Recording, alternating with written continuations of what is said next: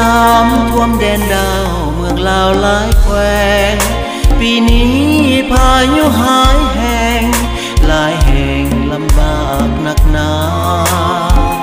ท่วมกระทันหันท่วมบ้านหัวสวนไหนาต่างนี้ลอดเอาสิว่าสิ่งของมีค่าผัวหาบ่ทัน2025ก็รักกระดาอุตุนิยมแจ้งมาพายุวิภามหัน21ถึง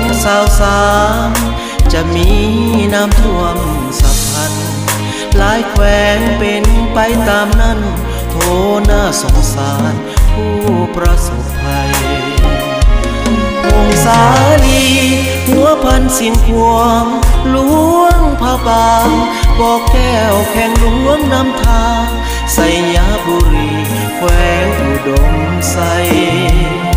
นครเวียงจันทร์ใส่สมบูรณ์เวียงจันทร์บริคำใสคำมวนแล้วต่อลงไปถึงแขวงสวรรค์เขตวิงวอนทุกท่านแบ่งเบาบรรเทาภายในหรืออยู่ต่างดาวช่วยลาวผู้ประสบเหตุวอนรัฐบาลหน่วยกู้ภัยใส่ใจทุกเหตุเป็นกรณีพิเศษพยุงชีวีปวงสุนีธารา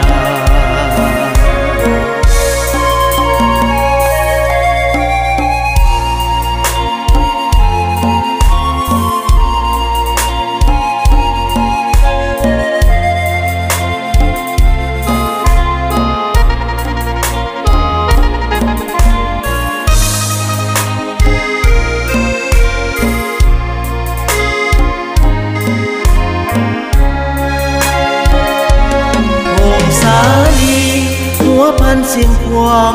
ล้วงผ้าบางบอกแก้วแขวงล้วงน้ำทาไสยบุรีแขวงอุดมไซนครเวียงจันทร์ใส่สมบูรณ์เวียงจันทร์บริคำใสคำมวนแล้วต่อลงไปถึงแขวงสวรรค์เขตวิงวอนทุกท่านแบ่งเบาบรรเทาภายในหรืออยู่ต่างดาวช่วยลาวผู้ประสบเหตุวอนรัฐบาลหน่วยกู้ภัยใส่ใจทุกเหตุเป็นกรณีพิเศษพยุงชีวีปวงสุนีธาราเป็นกรณีพิเศษพยุงชีวีคนเหล่านี้คน